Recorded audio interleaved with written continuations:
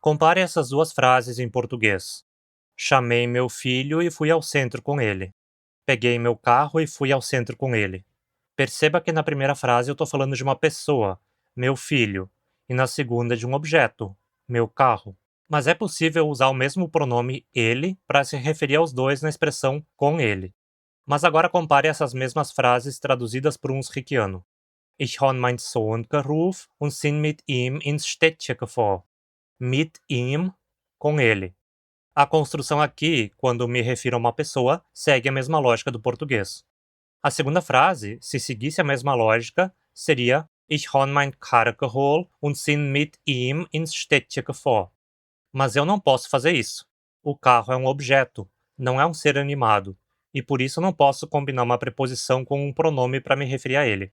Em vez disso, preciso dizer Ich habe mein Karre geholt und sind damit ins Städtchen gefahren.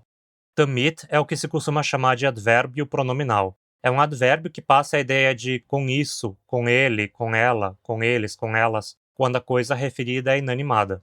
Para seres animados, é perfeitamente normal usar uma preposição seguida de um pronome. Seres animados incluem pessoas, animais e às vezes plantas.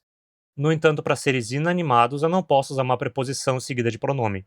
Em vez disso, preciso usar um advérbio pronominal. Seres inanimados incluem coisas, abstrações e às vezes plantas.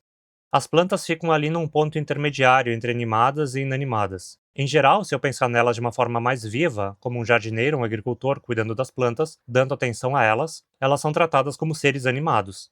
Por isso, eu poderia dizer, por exemplo, Vor ich meinem Haus stehen paar Rosenstück und ich habe mit denen einen Kamelstock gepflanzt.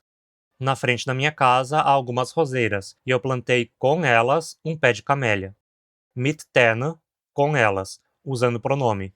Então, vendo as plantas como algo vivo, animado.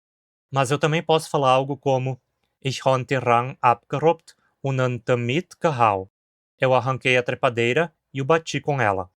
Damit, com ela, com isso, usando o advérbio pronominal. Então, vendo a planta mais como um objeto, uma coisa.